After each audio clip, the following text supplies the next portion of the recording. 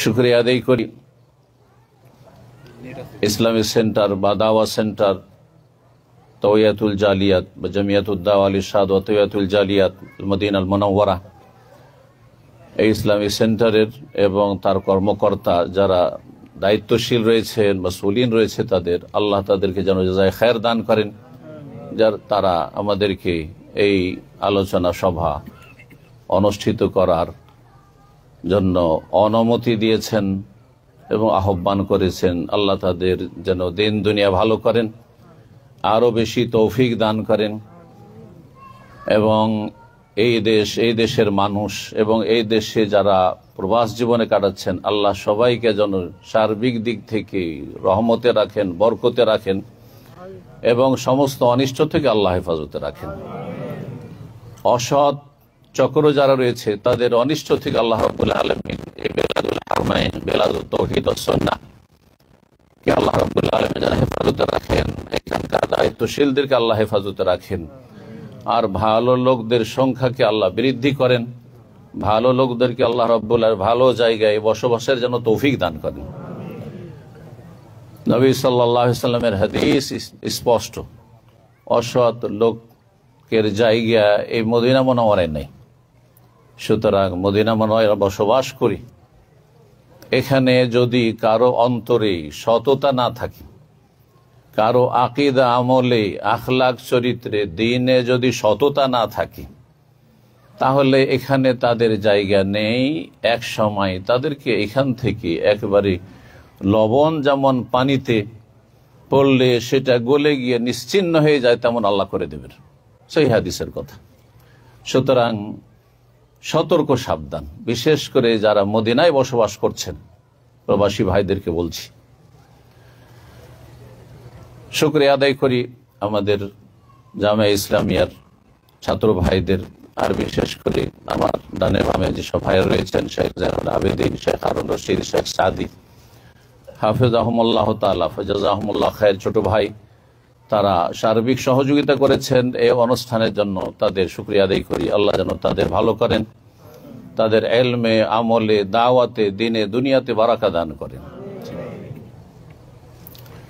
সমস্ত অনিষ্ট থেকে আল্লাহ আমাদের সকলকে হেফাজতে রাখেন। মদিনা ইউনিভার্সিটির যারা তালেবে ইলম, তুল্লাবুল ইলম, ছাত্র, নামটা তো মদিনা ইউনিভার্সিটির ছাত্র, তাই না?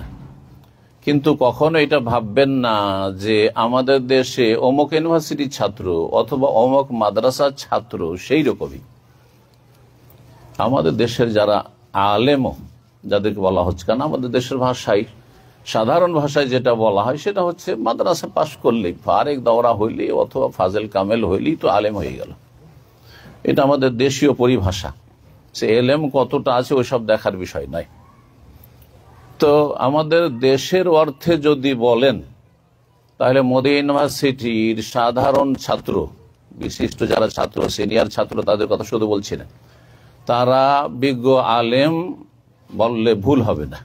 যদি আপনি বলেন যে তারা প্রত্যেকে আপন আপন জায়গায় ভালো আলেম, আর যারা তাদের সিনিয়র, যারা মাশাআল্লাহ, যাদের ইলমের ময়দানে তাদের অগ্রণী ভূমিকা রয়েছে, দাওয়াতের ময়দানে তাদের ভূমিকা রয়েছে মাশাআল্লাহ মদিনা মুনাওয়ারায়, তারাকে বিজ্ঞ আলেম বললে ভুল হবে না। জি, আমি এই কথাটি স্পষ্ট করে দিতে চাইছি, কারণ অনেকেই বিষয়টি বুঝেন না, মনে করেন ছাত্র না ছাত্র। তাদের কাছ থেকে আপনাদের শিখার প্রয়োজন রয়েছে এবং সুবর্ণ সুযোগ রয়েছে। এই সুযোগ হারিয়ে দেওয়ার পরে, এই গনিমত, ইগতানিম খামসান কাবলা খামসিন, এই গনিমত হারিয়ে দেওয়ার পরে আর এই সুযোগ হয়তো কখন আসবে না। আপনি যদি আমার দাম্মামেও যান, যেখানে আমি 27 বছর ধরে আছি, সেখানেও হয়তো আপনি হাতে গোনা 1, 2 জন, 3 জন মাদানী, তার বেশি পাবেন না। আমরা আলেম খুঁজে পাই না, তাহলে আলেম খুঁজে পাই না যে আমি বাইরে এসছি আজকে, তো আমার এই প্রোগ্রামগুলি যে দিয়ে আসবো, এই 2-4 দিনের জন্য বাইরে আসলে তার জন্য কাউকে পাই না। আমাদের ওই ছাত্র ভাইদেরকে ওইভাবে তৈরি করতে হয়েছে যারা জেনারেল লাইন লেখাপড়া করা, যারা আরবি অধিকাংশই হয়তো শুদ্ধ উচ্চারণ করতে পারবেন না, তারা আরবি আর অর্থ সরাসরি বুঝবেন না, হয়তো সামান্যই বুঝে।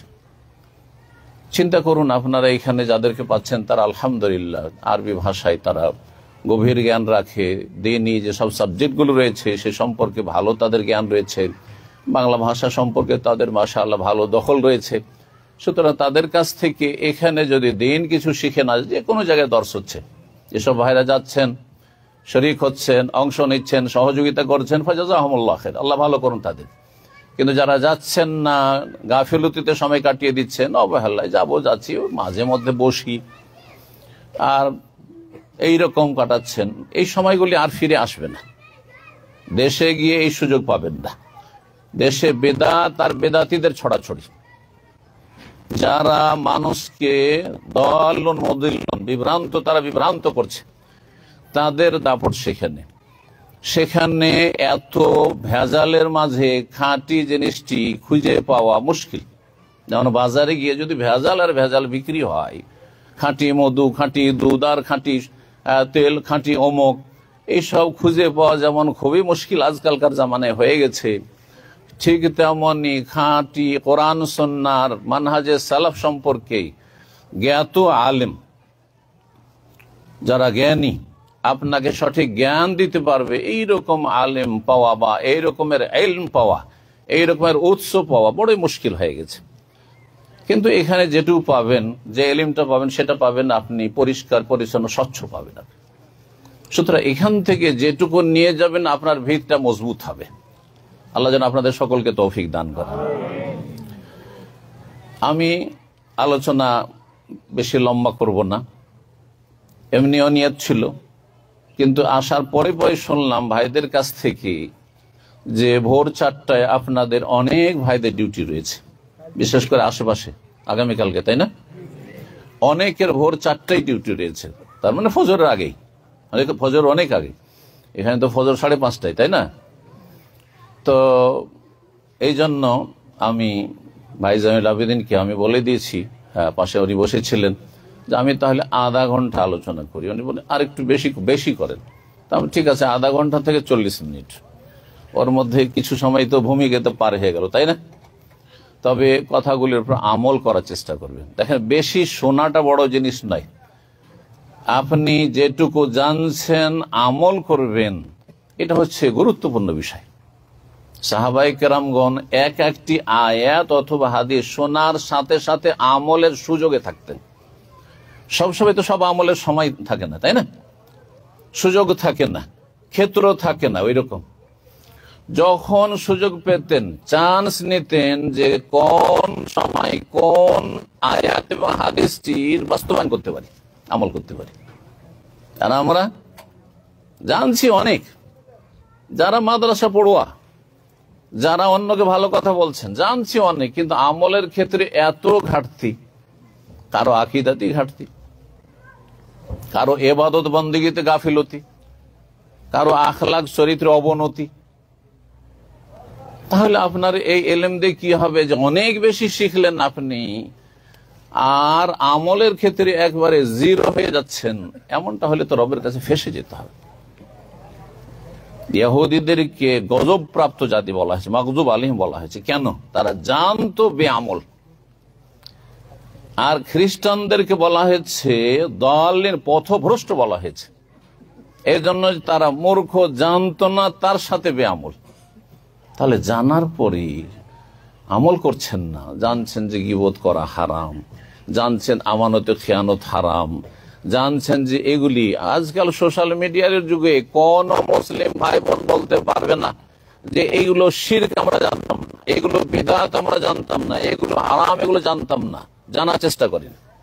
সামনে এসেছে কোরআন সুন্নাহর আলেমদের, আলোচকদের বক্তব্য অথবা লিখনি, সেগুলোকে ইগনোর করেছে, উপেক্ষা করেছে, সরিয়ে দিয়েছে। না, এদের কথা শোনা যাবে না, না এদের কথা মানা যাবে না, এদেরকে দেখতেই পারি না। আগে থেকে ডিসাইড করে নিয়েছে, ফয়সালা করে নিয়েছে যে এদের কথা শুনবো না, মানবো না, এদের সাথে কোনো সম্পর্ক রাখবো না। জি, লাহুম কুলুবুন লা ইয়াফকাহুনা বিহা, অন্তর তো ছিল কিন্তু তাদের বোঝার চেষ্টা করেনি, নিরপেক্ষ হয়নি। গাড়িকে যদি নিউট্রাল না করেন তাহলে হ্যাঁ লাফ দিবে। আপনার সঠিক জায়গায় থাকবে না, ব্যালেন্স ঠিক থাকবে না। তাহলে নিউট্রাল করতে আপনার ব্রেনটাকে, দিমাগকে, আপনার কলবকে আপনাকে নিউট্রাল করতে, নিরপেক্ষ করতে হবে। লিমান কানা লাহু কালবুন, তাহলে কলবটা জাগ্রত কলব লাগবে। আও আলকা সামা, শুনতে হবে, ওয়া শাহিদ, মনোযোগী শুনতে হবে, তাহলে হেদায়েত নসিব হবে। আল্লাহ যেন তৌফিক দান করে। আমি যে বিষয়টি সম্পর্কে যেহেতু জিজ্ঞাসা করেছিলেন আমাদের ভাইরা, বলেছিলাম যে আমি তাজিম ও শায়েরিল্লাহ সম্পর্কে আলোচনা করব। আল্লাহর নিদর্শনাবলী, এর তাজিম, এর শ্রদ্ধা, এর সম্মান সম্পর্কে আলোচনা করব। এতে অনেক কিছু সামিল হয়ে যাবে, বরং দিনের সমস্ত কিছু সামিল হয়ে যাবে। দিনের আকিদা, ইবাদত, হুকুম, আহকাম, বিধি বিধান এবং দিনের সম্পর্ক যেসব স্থানের সাথে, যেসব কালের সাথে, সময়ের সাথে, সবগুলি সামিল হয়ে যাবে। কোরআনে কারিমে কয়েকটি জায়গায় এই শব্দটি শায়রুল্লাহ, সূরা হজের আয়াত নম্বর 32-এ আল্লাহ রাব্বুল আলামিন ইরশাদ করে, যালিকা, শুনে রাখো।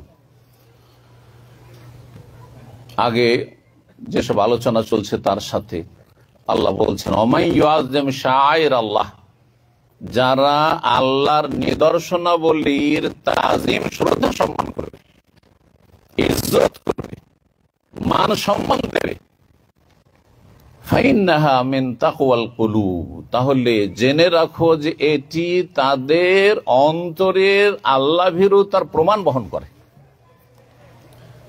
আল্লাহর নিদর্শনাবলীকে যদি আপনি সম্মান দেখান, মূল্যায়ন করেন, যদি সেসবের মান মর্যাদা ক্ষুণ্ণ না করেন, তাহলে এটা প্রমাণ বহন করে যে আপনার অন্তরে কি আছে?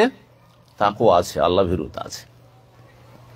আর এই তাকওয়া ছাড়া জান্নাতে যাবে না, মুত্তাকি ছাড়া জান্নাতে কেউ যাবে না। ভালো করে শুনুন, তাকওয়া মানে আল্লাহর ভয়ের সাথে ভালো কাজ করা, ভালো কথা বলা, সহজ ভাষায়। তাকওয়া মানে আল্লাহর অন্তরে ভয় নিয়ে মন্দ কথা কাজ থেকে বেঁচে থাকা। অন্য কোন গরজে আমি পাপ থেকে বাঁচি না, আল্লাহর ভয়ে বাঁচি। আমি অন্য কোন গরজে ভালো কথা বলি না, ভালো কাজ করি না, একমাত্র আল্লাহর ভয় আছে বলে এই কথা বলি, বলে এই কাজগুলি করি। তাকওয়া সম্পর্কে অনেক কথা রয়েছে, সব কথা এতে সামিল হয়ে যাবে।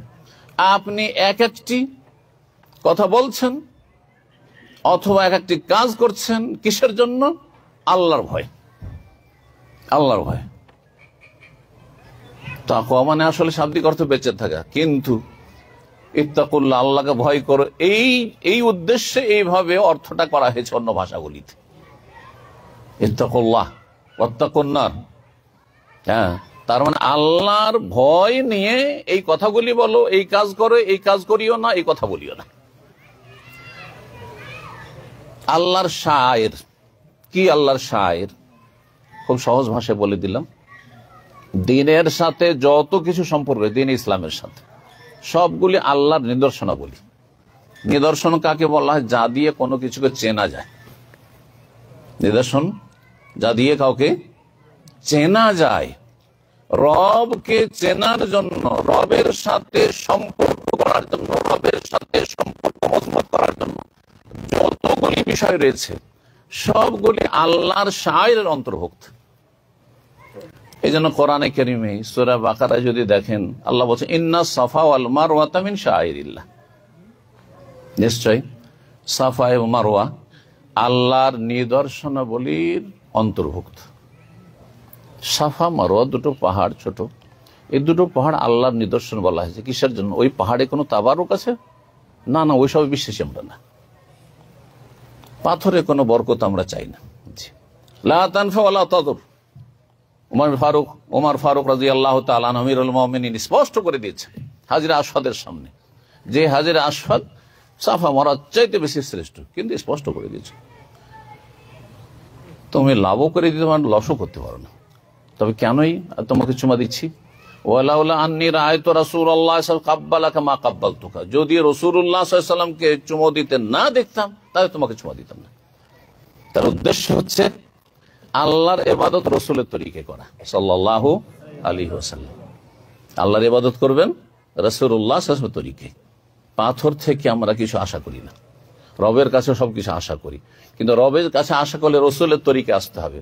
রসুলের তরিকে আসলে রসুল্লাহ চুমো দিয়েছেন, সুতরাং যা কাজটি সুন্নত, চুমো দিতে পারলে ভালো, না দিলে কোনো অসুবিধা নেই, আপনার কোনো ঘাটতি হলো না। জি, ইশারা করে দেয়, যথেষ্ট হয়ে গেল। আল্লাহ কি বলছেন, ইন্না সাফা ওয়াল মারওয়াতা মিন শাআইরিল্লাহ, সাফা মারওয়া আল্লাহর নিদর্শনাবলীর অন্যতম। আল্লাহ রাব্বুল সূরা মায়েদার আয়াত নম্বর 2 বলছেন, ইয়া আইয়ুহাল্লাযীনা আমানু লা তুহিল্লু শাআইরাল্লাহ, হে ঈমানদারগণ তোমরা আল্লাহর নিদর্শনাবলীকে, আল্লাহর শাআইরকে তোমরা হালাল করে নিও না। তাহলে এখানে কি বোঝানো হয়েছে? এখানে বোঝা হয়েছে তাহলে আল্লাহর হুদুদ, আল্লাহর দ্বীনের মানব জীবনে চলাফেরার ক্ষেত্রে সীমানা আল্লাহ নির্ধারণ করেছেন। তিলকা হুদুদুল্লাহ, অন্য আয়াতে আল্লাহ বলেছেন। আল্লাহ রাব্বুল সীমানা নির্ধারণ, বর্ডার, দেশের যেমন বর্ডার আছে, আপনার জমির বর্ডার আইল আছে, ঠিক তেমনি আল্লাহর দ্বীনের হুদুদ রয়েছে, বর্ডার রয়েছে। সেই বর্ডার ফালা তাতাদুহা ফালা তাকরাবুহা, আল্লাহ বলছেন কোন আয়াতে, তার কাছেও যেও না, কারণ কাছে গেলে ওখানে আবার অন্যদিকে চলে যেতে পারে। আর সেটা পার করিও না, সীমা লঙ্ঘন করিও না।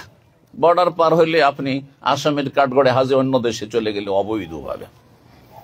ঠিক তেমনি আল্লাহ রাব্বুল আলামিনের যে হালাল হারামের জায়েজ না জায়েজ, ফরজ ওয়াজিব, এটা ফরজ, সুতরাং ফরজ হিসাবে আদায় করতে হবে।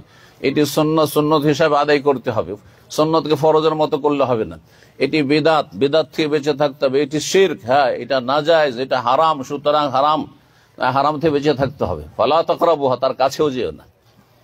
তো আল্লাহ রাব্বুল আলামিনের দ্বীনের যে সীমারেখা রয়েছে, বর্ডার রয়েছে, এগুলিকে আল্লাহ কি বলেছেন? শাআইরুল্লাহ।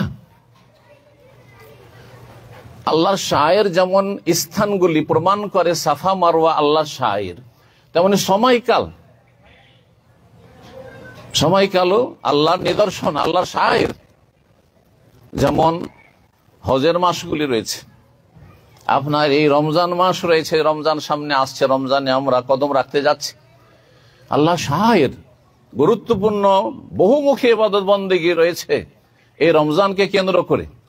সুতরাং এগুলি আল্লাহর শায়ের, এর সীমানা যে রয়েছে, এখানে যা করণীয় রয়েছে করবে, বর্জনীয় রয়েছে বর্জন করবে, হালাল হারাম বেছে চলবে। এইরকমই যে শাবান মাস, শাবান মাসে সুন্নত হচ্ছে শুধুমাত্র একটি, আর বিদাতের তো কোন নন স্টপিস। আমাদের দেশে সুন্নত নেই আর বিদাত আছে, দেখছেন আর জানাই আছে, সুতরাং সেগুলো বলার কোনো প্রয়োজন নেই। এগুলো হচ্ছে আল্লাহ রাব্বুল আলামিনের সীমানা, যে আপনি কি করবেন। এই শাবান এসেছে, শাবান চলে গেল, এতে আপনি কি করবেন আর কি করবেন না। আপনি বেদাতের ধারে কাছেও যাবেন না। বাপ দাদা থেকে পেয়েছেন ধর্ম, সেটি ধর্ম নয় যদি সেটাকে তদন্ত করে চেক করে আমল না করেন। আপনি সারা জীবন আমল করতে থাকলেন, পরম্পরার বাপ দাদা 14 গোষ্ঠী সবাইকেই করতে দেখেছি আর করতে থাকবেন, এই আমল আল্লাহ কবুল করবেন না যতক্ষণ পর্যন্ত আপনার জ্ঞানের ভিত্তিতে সেটা প্রমাণিত না হবে ওহির বিধানে, দলিল দ্বারা প্রমাণিত। আর দলিল হচ্ছে কাল আল্লাহ কাল রসুল, আল্লাহ বলেছেন কিনা, রাসূলুল্লাহ বলেছেন কিনা, আর সাহাবায়ে কেরামরা এই আয়াত হাদিসগুলি এইভাবে বুঝেছেন কিনা। ফাহমুস সালাফুস সালেহ, এই কথাটি গুরুত্বপূর্ণ।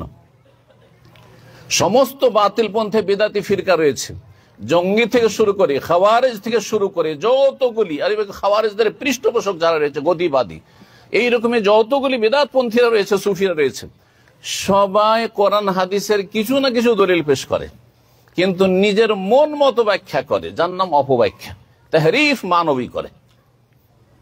আপনাকে বুঝতে হবে আয়াতগুলি, হাদিসগুলি যেভাবে সাহাবায়ে কেরাম সরাসরি বুঝ নিয়েছেন রাসূলুল্লাহ সাল্লাল্লাহু আলাইহি ওয়াসাল্লাম, নিজের খেয়াল খুশি বুঝলে হবে না,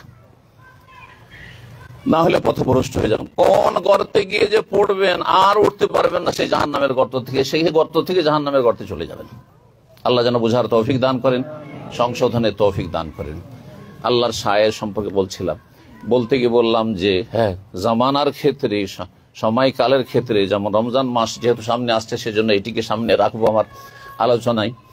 আর আরেকটি হচ্ছে স্থানের দিক থেকে, স্থানগুলি যেসব স্থানের সাথে দ্বীনের সম্পর্ক রয়েছে, দ্বীনি বিধান সম্পর্ক রয়েছে, সেগুলি আল্লাহ শায়ের অন্তর্ভুক্ত। এটা প্রমাণ করে যে সাফা মারওয়ার আয়াত, সাফা মারওয়া যদি আল্লাহর শায়ের হয় তো মদিনা মুনাওয়ারা রাসূলুল্লাহ শহর আল্লাহ শায়ের অন্তর্ভুক্ত নয়?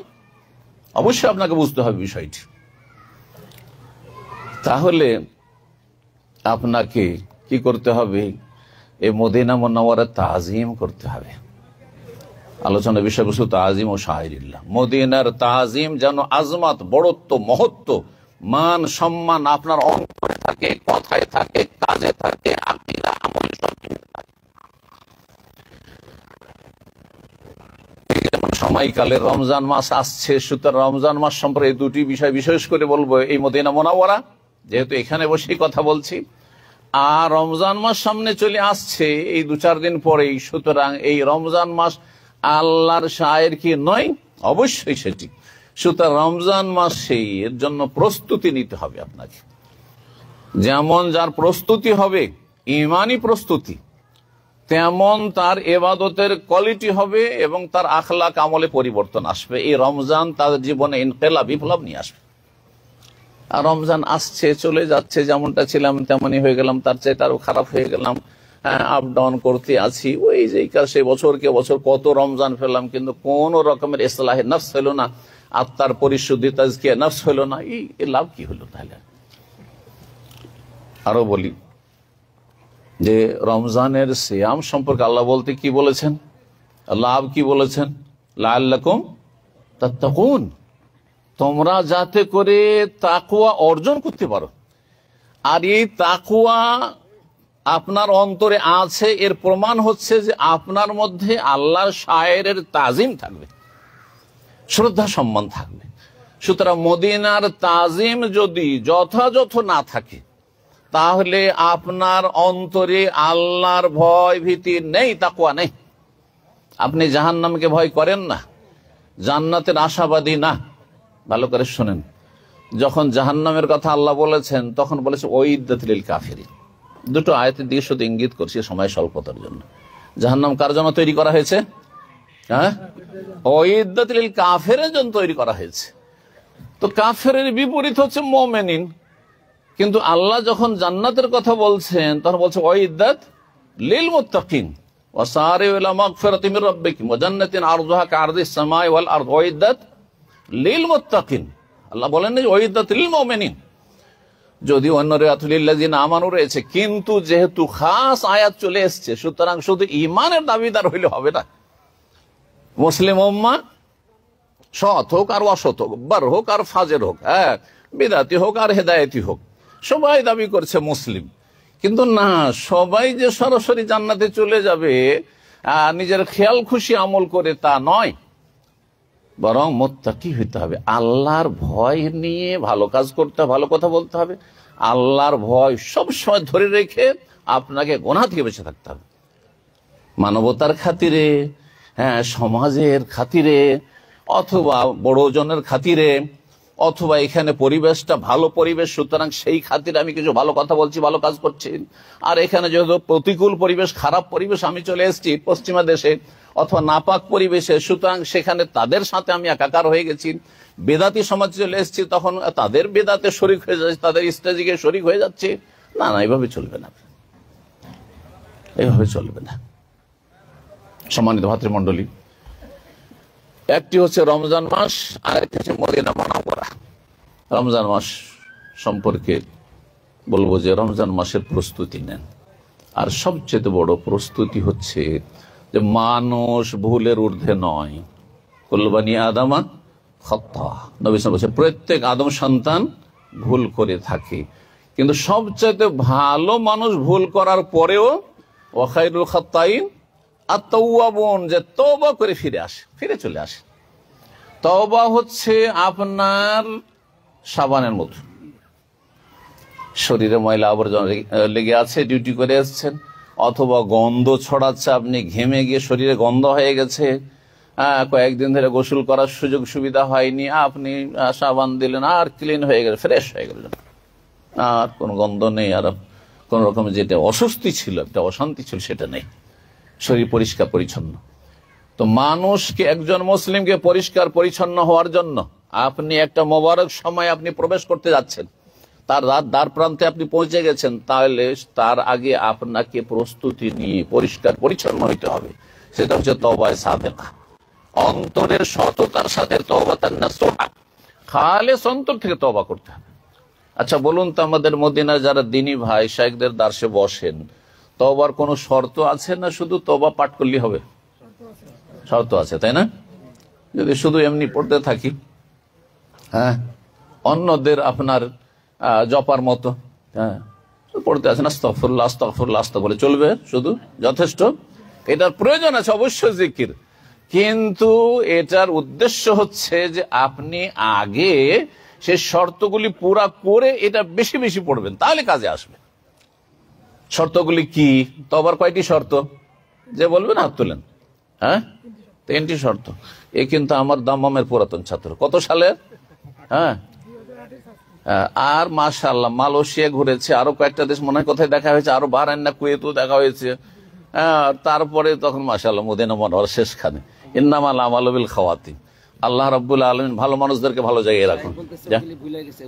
ওগুলো ভুল, হ্যাঁ, এখনো নবায়ন তো আমাদের তো ডেইলি যদি আমরা না পড়ি, তাহলে আমরা কি জানেন, আমরা ওস্তাদদের কাছ থেকে শিখেছি, যদি আমরাও না পড়ি আমরা হচ্ছি আপনার এই মোমবাতির মতো। আমরা হচ্ছে কি মোমবাতির মতো। ওই যে মদিনায় পড়েছিলাম ওইটুকু যদি রেখে দিতাম, আর এতদিন যদি মদিনায় 1993-তে পাশ করেছি, কত বছর আপনার হিসাব করে? 2025, তাই না? 25 আর ওইদিকে 7-8 বছর। তো 93 শুরুতে আমরা পাশ করেছি মদিনা ইউনিভার্সিটি থেকে। তো এতদিনে ভুলে আপনাদের মতো হয়ে যেতাম। যদি ব্যবসা বাণিজ্য দুনিয়াদারিতে লেগে যেতাম বা ছেড়ে দিতাম, হ্যাঁ, তাহলে আপনাদের মতো হয়ে যেতাম। ওই যে মোমবাতি জ্বলতে জ্বলতে জ্বলতে পুরো একবারে জিরোতে নিচে নেমে চলে আসতো। বুঝতে পারছেন না? তো নিঃসন্দেহে এলমের নবায়ন আমরা করতে থাকি প্রতিদিন। ওই জন্য এই অবস্থা যে আলহামদুলিল্লাহ কিছু করতে পারছি এবং কিছু দিতে পারছি। আর না হলে কি, মানুষ এত পাগল নয় যে আপনার একটা কথা বারবার করে শুনবে, বারবার করে শুনবে, না না, কেউ শুনবে না। যদি আপনি উম্মতে মুসলিমা কিছু দিতে চান, এটা দায়ী ভাইদের, মদিনা ইউনিভার্সিটির ছাত্র ভাইদেরকে বলছি, তাহলে আপনি ইলমের নবায়ন করে তাজদীদ করতে থাকুন। আপনি নতুন নতুন পড়াশোনা করতে থাকুন। একটি আয়াত থেকে, একটি হাদিস থেকে এমন এমন কিছু আপনি তাদাব্বর করে, যেটা বলা হয়েছে তাদাব্বরে কোরআন করতে বলা হয়েছে, আফালা ইয়াতাদাব্বারুল কোরআন, যে এমন এমন দিকগুলি দিগন্ত উদ্ঘাটন হয়ে আসবে যেটা এর আগে আপনি তরজমা তাফসীর পড়ে বুঝেননি। আপনি, এটা আমাদের জীবনে পরীক্ষিত। এটার নাম হচ্ছে অভিজ্ঞতা, এক্সপিরিয়েন্স। বোঝা গেছে না? আপনি বারবার মুমারাসা করতে থাকবেন। সুতরাং যারা পড়ুয়া মানুষ বারবার পড়তে থাকবেন। যারা ইসলামী সেন্টারে পুরাতন ছাত্র, ভাববেন না যে আমি পারেগুল ভালো হয়ে গেছি।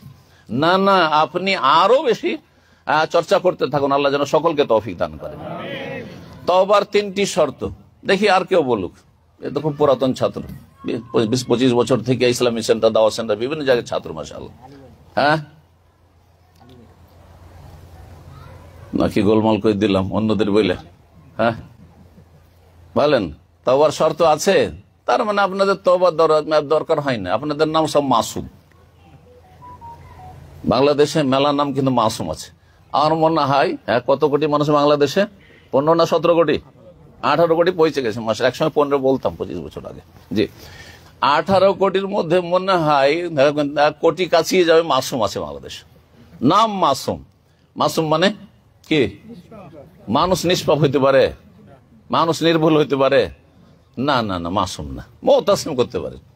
আমাদের ইসলাম সেন্টার এক ছেলে মাসুম হয়ে এসেছিল, ওর নাম আমাদের যে ডাইরেক্টর ছিলেন, মুদির ছিলেন, বলেন আনতা মুতাসিম। সেদিন থেকেও মুতাসিম। ঠিক আছে, নাম পরিবর্তন। তো আপনারা যাদের তওবার শর্ত জানা নাই, তারা আশা করি মাসুম। আসামাকুমুল্লাহ, আল্লাহ আপনাদের হেফাজত করুন। বলেন তওবার শর্ত কি কি? যেই গুনাহ করেছি সেই গুনাহ আর করব না।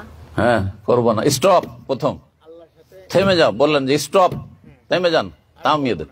হ্যাঁ, আর করব না, করব না, বাস না। আগামীর জন্য বলছেন, এখন গুনাহ থেকে থেমে যাওয়া, গোনা বন্ধ করা, ব্যাস। হ্যাঁ, তারপরে হলো আল্লাহর কাছে লজ্জিত হয়ে ক্ষমা চাওয়া। অনুতপ্ত, অনুশোচন, লজ্জিত হওয়া। জি। তারপরে হলো আগামীর জন্য প্রতিজ্ঞা করা, আর জীবনে করব না। এখন তো বললাম যে থামাইলাম, কিন্তু আবার কালকে নয় বা 2-4 মাস 6 মাস পরে নাই যাইতে শুরু করে দিলাম, আবার ফজর ধরলাম আবার ছেড়ে দিলাম। না না, এমনটা হবে না। রমজানে খুব ভালো মানুষ হয়ে গেলাম সকালে গিয়ে, হ্যাঁ 11 মাস শয়তানের গোলামি, 1 মাস আল্লাহর গোলামি, এমনটা করবেন না। জি, তাহলে আপনার তওবা হয়নি। তওবা তান্নাসুহা, তওবা সাদেক, আপনার তওবায় সততা নেই আল্লাহর সাথে। ফালাউ সাদাকুল্লাহ লাকানা খায়রাল লাহুম, তারা যদি আল্লাহকে সত্য করে দেখাইতো তাহলে তাদের এটা সার্বিক কল্যাণ হতো। তাতে আসলে জীবনে সততা না থাকার কারণে শুধু আছাড় খেতে হয় আর ক্ষতিগ্রস্ত হইতে হয়। দুনিয়ারও ক্ষতি, দিনেরও ক্ষতি, সব দিক থেকে ক্ষতি। আল্লাহ যেন বুঝার তৌফিক দান করেন। 3টি শর্ত যদি আল্লাহর হক নষ্ট করেন, তাহলে মানুষের হক নষ্ট করলে, হ্যাঁ বলেন, মানে মানুষের হক নষ্ট করা আপনার হালাল মনে করছেন নাকি? এত সহজ? ওইটা তো আরো বিপজ্জনক। আরে আল্লাহর হক নষ্ট করে আল্লাহ ইচ্ছা করলে সব মাফ করে দিতে পারেন, কিন্তু মানুষের হক নষ্ট করলে আল্লাহ বলেন যে মানুষ মাফ করেছে তোমাকে, না হলে আগে নেকি দাও, তারপরে নেকি বাঁচলে জান্নাতে যাবে, না হলে জাহান্নামে যাও। জি, তাহলে জানতে হবে না? দুনিয়াতে আদায় করে দেন, মানুষের হক নষ্ট করেছেন, এটা হচ্ছে তওবার শর্ত। আর দুনিয়াতে আদায় না করেন তো আখিরাতে আদায় করার জন্য হাসরের মাঠে প্রস্তুত থাকেন যে ওখানে দিয়ে দেবো। বুঝা গেছে? দুটো অপশন রয়েছে সামনে। হয় দুনিয়াতে দিয়ে দেন, আপনি হক আদায় করেন, অব্যাহতি নেন, তাহাল্লুল করেন, মানে তার কাছ থেকে মুক্তি লাভ করেন। আপনি কিভাবে মুক্তি নেবেন আপনি জানেন। আর যদি না করেন তাহলে সেই দিনের অপেক্ষায় থাকেন যে সেই দিন লা দিরহাম ওয়ালা দিনার, দিরহাম দিনার থাকবে। সহিহ বুখারী হাদিস রয়েছে। সেদিন কি দিয়ে আপনাকে পরিশোধ করতে হবে সেটা আপনি বুঝছেন ভালো করে একজন মুসলিম হিসাবে। কি দিয়ে করতে হবে? নেকি দিয়ে দিতে হবে। নেকি শেষ, তখন কি করতে হবে?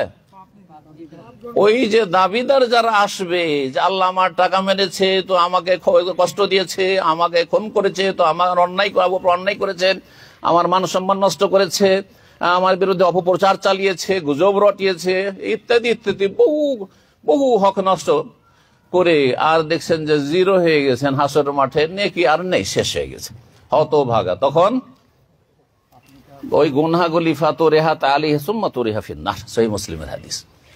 গুনাহগুলি চাপিয়ে দিয়ে ওই গুনাহগারগুলি জান্নাতে চলে যাবে, কারণ গুনার বোঝা হালকা হয়ে গেছে। দুনিয়াতে লস খেয়েছিল, আখিরাতে লাভবান হয়ে গেল। যে গুনার কারণে জাহান্নামে যেতে হচ্ছিল, কিন্তু দুনিয়ার লসের কারণে ওখানে গিয়ে অন্যের নেকি নিয়ে জান্নাতে চলে গেল, অন্যের উপর গুনাহ চাপিয়ে দিয়ে।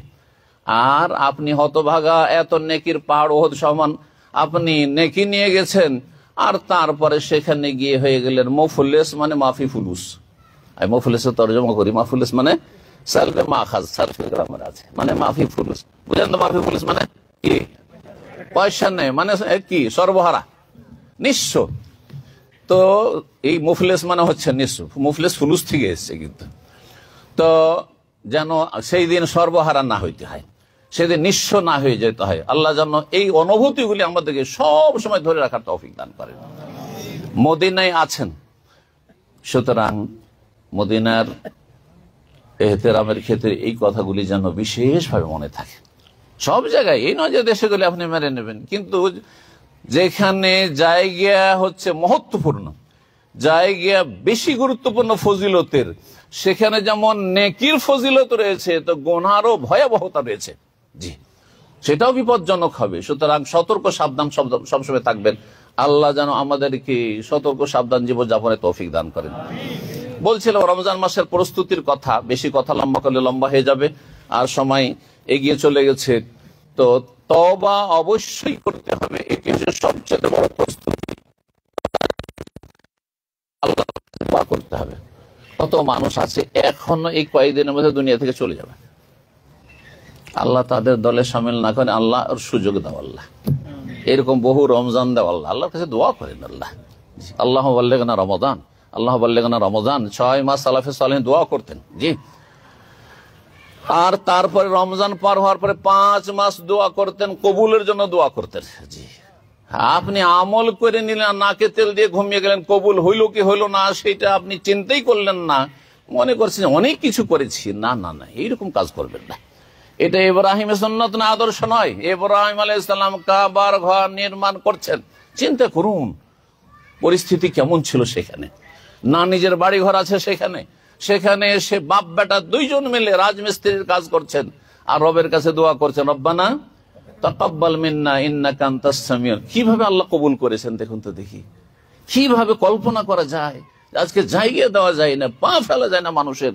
ফাজাল আফিয়াতাম মিনান নাস তাহবি ইলাইহিম, মানুষ যেন ঝাঁপিয়ে পড়েছে সারা বিশ্ব থেকে এই হারমাইন শরীফের জিয়ারতের জন্য। চিন্তা করুন, তা আপনিও সেটা হইতে পারেন। অবশ্যই আপনি আপনার জীবনে দোয়া করেন রবের কাছে যে আল্লাহ যে দোয়া করবেন আপনি আল্লাহ কবুল করবেন। রমজান মাস সম্পর্কে দোয়া করেন, রমজান মাস আসার জন্য দোয়া করেন, রমজান মাস চলে গেলে কবুলিয়তের জন্য দোয়া করেন, আপনার জীবনে সবকিছুতে আল্লাহর কাছে কবুলিয়তের জন্য দোয়া করেন। আল্লাহ যেন তৌফিক দান করেন। রমজান মাসের প্রস্তুতিতে যদি কাজা রোজা থাকে, কাজা রোজাগুলি রাখবেন। আরো বেশ কিছু বিষয় রয়েছে, এই বিষয়টা পড়ার চেষ্টা করবেন, বাসায় ভাইদের কাছ থেকে আপনারা জেনে নেবেন বা বিভিন্ন লিখনি থেকে আলোচনা থেকে, আর সেই অনুযায়ী আমল করে যেন পরিষ্কার পরিচ্ছন্ন সাফ সুতরে রব্বুল আলামিনের সামনে যেন হাজির হইতে পারে রমজান মোবারকে। আল্লাহ যেন এই রমজানকে আমাদের সকলে যেন মোবারক করেন, উম্মতে মুসলিমার জন্য মোবারক করেন, এবং উম্মতে মুসলিমার উপর যে জুলম অত্যাচার হচ্ছে বিশেষ করে ফিলিস্তিনি ভাইদের উপর, আল্লাহর এই জুলমের যেন অবসান ঘটান এবং মুসলিমদেরকে জালেমদের কবল থেকে আল্লাহ রক্ষা করেন। বলছিলাম এখন মদিনার কথা বলে শেষ করি সংক্ষেপে। মদিনার মর্যাদা জানেন, মদিনার মর্যাদা নবী করিম সাল্লাল্লাহু আলাইহি ওয়াসাল্লাম বলছেন, আল মাদিনাতু হারামুন মা বাইনা আয়ের ইলা সওর। মদিনার হারামের দুই দিকের সীমানা বলতে গিয়ে নবী সাল্লাল্লাহু আলাইহি ওয়াসাল্লাম বলছেন যে সওর একটি ছোট্ট পাহাড়, এই যে ওহদ পাহাড়ের পিছনে আছে। আমি ছাত্র জীবনে ইউনিভার্সিটি থেকে নিয়ে এসেছিলাম আমাদের ওস্তাদেরা দেখাবার জন্য ওই তারিখি জায়গায়, যাতে করে আমরা যে সাবজেক্টে লেখাপড়া করছি ওইটা যাতে করে বুঝতে পারি, সেজন্য এসেছিল। তখন দেখেছি সেই যুগে, আর তারপর আমাদের দিনী ভাইদের সাথে মাঝে মধ্যে আসলে ওখানে দেখেনি যে এটা হচ্ছে সওর পাহাড়, একটা ষাঁড়ের মতো চূড়া হয়েছে, ওই জন্য সওর পাহাড়। জি। আর আয়ের পাহাড় হচ্ছে আপনার অন্যদিকে, এই যে আপনার জুলহালেফার দিকে ওই দিকে যে পাহাড় রয়েছে সেটা হচ্ছে আয়ের। এর মাঝখার জায়গাগুলি হচ্ছে হারাম, আর আপনার পূর্ব পশ্চিম দিকে হচ্ছে মা বাইনা লাবাতাইন, দুই হাররা, হাররা শারকিয়া, হাররা গারিবিয়ার কথা রয়েছে। বলছিলাম এই মদিনার হারাম সম্পর্কে নবী সাল্লাল্লাহু আলাইহি ওয়াসাল্লাম বলার পরে বলছেন, মান আহাদাসা ফিহা আহাদাসান আও আওয়া মুহদিসান ফাআলাইহি লানাতুল্লাহি ওয়াল মালায়েকাতু ওয়ান নাসি আজমাইন লা ইউকবালু মিনহু সারফুন ওয়ালা আদলুন। সহিহ মুসলিমের হাদিস, সহিহ বুখারীর হাদিস। রাসূলুল্লাহ বলছেন যে মান আহাদাসা ফিহা হাদাসান, এই মদিনায় কেউ যদি হাদাসের কাজ করে। হাদাস কি জিনিস? হাদাসের প্রয়োগ দুটো অন্যায়ের উপর হয়। একটি হচ্ছে হাদাস মানে বিদাত, এখান থেকে সুন্নতি খুতবায় আপনারা প্রায় সবাই মুখস্থ হয়ে গেছে আপনাদের, কুল্লু মুহদাসাতিন বিদআহ। প্রত্যেক নব আবিষ্কৃত ধর্মের নাম দিয়ে ধর্মের রঙে রঞ্জিত করে যেগুলো আবিষ্কার করা হয়েছে, এটা ধর্ম, মিলাদ ধর্ম, শবে বরাত ধর্ম, আর শবে বরাতে হালুয়া রুটি ধর্ম, শবে বরাতে আপনার ওই দলে দলে কবর জিয়ারত করা ধর্ম। মান আহাদাসা ফিহা হাদাসান, যেই ব্যক্তি এই বিদাত করবে, তাহলে এই মুহদাসা মানে বিদাত আর হাদাস মানে বিদাত। তাহলে মদিনায় বসে যদি বেদাতি আকীদা লালন করেন, মদিনায় কালকে বেশ কিছু ভাইরা আমাকে বলছিলেন হারামে অথবা হারামের আশেপাশে যেসব ভাইদের সাথে দেখা সাক্ষাৎ দিনী ভাইদের, যে এখন মদিনায় মাশাআল্লাহ অনেক ভাইদের কাছে পয়সা আছে, যাদের কাছে পয়সা আছে তাদের অধিকাংশ, আমাদের সালাফি ভাইদের কাছে পয়সা তো কম, বেদাতিদের কাছে বেশি পয়সা। সুতরাং মদিনায় এখন বেদাতি মহল বড় জমজমাট, কিন্তু পয়সার দিক থেকে ইনভেস্টার, আর তারপর তাদের ব্যবসা বাণিজ্য ইত্যাদি। ভালো করে তাদেরকে মেসেজটা আমি দিয়ে যেতে চাইছি যে মান আহাদাসা ফিহা হাদাসান, এই মদিনায় বসে যদি কেউ বেদাতি আকীদা লালন করে, কেউ যদি শিরকি আকীদা লালন করে, কেউ যদি মাজারে বিশ্বাসী হয়, কেউ সুফিবাদে বিশ্বাসী হয়, কেউ তরিকত আর মারিফাতের হকিকতের ওই সব গুমরাহিতে বিশ্বাসী হয়, জাহির আর বাতিন ইলমের পার্থক্য বিশ্বাসী হয়, ফাআলাইহি লানাতু, তার উপর আল্লাহর লানত রয়েছে, আর ওয়াল মালায়েকাত ফেরেশতাদের লানত রয়েছে, ওয়ান নাস, সমস্ত মানবতার লানত রয়েছে তাদের। রাসূলুল্লাহ বলেছেন তাদের ফরজও কবুল হবে না, তাদের নফলও কবুল হবে না। শাইখুল হুসাইন রাহিমাহুল্লাহ দুটি ব্যাখ্যা করেছেন। তার আগে শাইখুল হুসাইনের আগে বলবো মোল্লা আলী কারি, তিনি হানাফি মুহাদ্দিস, হানাফি ফাকিহ, যার মিশকাতের একটি বিখ্যাত শারহ রয়েছে। জি, তো তিনি বলছেন যে এই হাদাস মানে হচ্ছে বিদআহ। তাহলে মদিনায় অন্য জায়গায় বিদআত করলে গুমরাহি, আর এইখানে বিদআত করলে আল্লাহর লানত, ফেরেশতার লানত, আর সমস্ত মানুষের, আর সমস্ত মানুষ সবচেয়ে শ্রেষ্ঠ মানুষ আম্বিয়া রসুল, তাদের লানত, মুমিনদের লানত রয়েছে তাদের উপর, বদদুয়া রয়েছে, অভিশাপ রয়েছে, দূরে হয়ে যাও আল্লাহর রহমত থেকে। লানত মানে আল্লাহর রহমত থেকে বঞ্চিত। সতর্ক, সাবধান। যাদের বেদাতি আমল রয়েছে, বেদাতি ধ্যান ধারণা রয়েছে, সে আকীদার ক্ষেত্রে বিদআত হোক আর আমলের ক্ষেত্রে বিদআত হোক, সতর্ক সাবধান হয়ে যান। মদিনায় বিদআত করছেন, আপনি দুনিয়ার পয়সাতে প্রতারিত হবেন না, যে ভালো ব্যবসা আমি প্রতিষ্ঠিত হয়ে গেছি আর এখান থেকে ভালো বেনিফিট আমি নিয়ে যাচ্ছি, এখান থেকে আপনি রিয়াল ডলার নিয়ে যাচ্ছেন, কিন্তু মদিনার আপনি ইসলাম নিয়ে যাচ্ছেন না, আপনি মদিনার আপনি মানহাজ নিয়ে যাচ্ছেন, আকীদা নিয়ে যাচ্ছেন না, রাসূলুল্লাহ সাল্লাল্লাহু আলাইহি ওয়াসাল্লামের পাশে থেকে যাচ্ছেন, কিন্তু রাসূলুল্লাহ সাল্লাল্লাহু আলাইহি ওয়াসাল্লামের সুন্নাহ নিয়ে যাচ্ছেন না, তার আদর্শ আপনি নিয়ে যাচ্ছেন না আপনার আকীদা আমলে, কিয়ামতের দিন ফেঁসে যাবেন, কিন্তু ফেঁসে যাবেন, বড়ই হতভাগা হয়ে যাবেন, অসহায় হয়ে যাবেন। আল্লাহ যেন বুঝার তৌফিক দান করেন। দ্বিতীয় যে ব্যাখ্যাটি করা হয়েছে সেটা হচ্ছে, আর দুটোই ঠিক আপন জায়গায়, সেটা হচ্ছে যে কোনো পাপ, মাসিয়াত, যে কোনো পাপ। এটা মোল্লা আলী কারি বলছেন যে কোনো মাসিয়াত, আর অন্যরাও বলেছেন, অনেকে লিখেছেন এই বিষয়ে ভাষ্যকারগণ। কিন্তু শাইখুল হুসাইন রাহিমাহুল্লাহ বলছেন যে সাধারণ পাপের ক্ষেত্রে এত বড় শাস্তির কথা নেই, সেটা হচ্ছে এমন কাবিরা গুনাহ করলো যেটা দিয়ে অনেকের ক্ষয়ক্ষতি হয়ে গেল, যেটা দিয়ে অনেকের ক্ষয়ক্ষতি হয়ে গেল। ধরেন আপনি এমন একটা গুনাহ করলেন যেখানে আপনি খুনের সাথে জড়িত, ব্যভিচারের সাথে জড়িত, আপনি অশ্লীলতা নোংরামির সাথে জড়িত, আপনি এখানে এমন কিছু করছেন নাশকতার সাথে জড়িত, আপনি খাওয়ারিজদের ফিতনার সাথে জড়িত, আপনি জঙ্গিদের ফিতনার সাথে জড়িত, জঙ্গিদের আপনি এখানে আশ্রয় দিচ্ছেন। আপনি শুধু বিদআত করলে নয়, মান আহাদাসা ফিহা আহাদাসান আও আওয়া মুহদিসান, অথবা আপনি বিদআতি না, আপনি কিছু এক ধরনের কিছু সহি আকীদার দাবিদার আছে, তার নিজেদেরকে সহি আকীদা বলে, আবার স্পষ্ট ভাষায় আহলে হাদিস বলতে চায় না। হ্যাঁ, সালাফি কথাতে অনেক সময় অ্যালার্জি থাকে, আর যদি বলেও তারা দুনিয়ার স্বার্থের জন্য যে সালাফি আর আহলে হাদিস শব্দ ব্যবহার করে, কিন্তু ভিতরে কিন্তু আবার গদিবাদী, অন্য স্বপ্ন লালন করছে তারা। হ্যাঁ, সব সময় দিন ইসলামের উদ্দেশ্য হচ্ছে ক্ষমতায় না গেলে দুনিয়ার কোনো সংশোধন হবে না, সুতরাং আমাদেরকে ক্ষমতায় শুধু যেতে দেন, তাহলে সব ঠিক করে নেব। আরে আজ পর্যন্ত ঠিক হয়নি, 100 বছর কাছে হলো, এভাবে ঠিক হবে না। এটা নবীর আদর্শ নয়, এটা মানহাজে সালাফ নয়।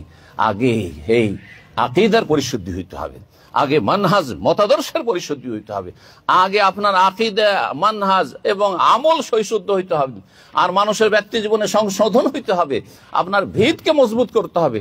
তারপরে আল্লাহ বলছেন লা ইস্তাখলিফান্নাহুম, আল্লাহ দিয়ে দেবেন আপনাকে, অত লড়াই করতে হবে না, এত আপনাকে আন্দোলন আর মরিয়া হইতে হবে না, আল্লাহ দিয়ে দেবেন, নিয়ামত হিসাবে দিয়ে দেবেন। তো নিয়ামত হিসাবে আল্লাহ সূরা নূরে বলেছেন, এই নিয়ামতের জন্য কিছু করণীয় আছে, সেই করণীয় গুলো করতে হবে আপনাদেরকে। আল্লাহ যেন বুঝার তৌফিক দান করেন।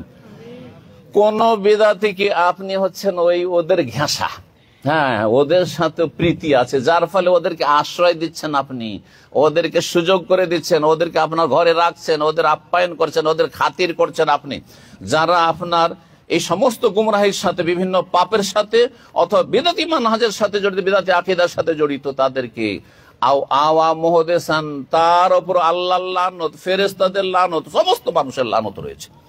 মদিনায় বসে এসব যেন না করেন। দ্বিতীয় যে ব্যাখ্যাটির দিকে যায়, কিন্তু অসম্পূর্ণ থেকে যাবে না হলে, সেটা হচ্ছে মদিনায় বড় ধরনের গুনাহ হচ্ছে আমানতে খেয়ানত করা। আমানতে খেয়ানত করা, আজকাল সম্পর্ক খারাপ হয়ে যাচ্ছে আমাদের মুসলিম ভাইদের এক শ্রেণীর, আমাদের আহলুল হাদিস অথবা সহি আকীদা যারা নিজেদেরকে বলছেন, তাদের সম্পর্ক খারাপ। সম্পর্ক সব ভালো ছিল, কোনখানে গিয়ে সম্পর্ক খারাপ হয়ে গেল, যখন তাদের সাথে ব্যবসা বাণিজ্যে জড়াইলাম, তার সম্পর্ক খারাপ হয়ে গেল। এটা কেমন হবে? কেন এটা হবে?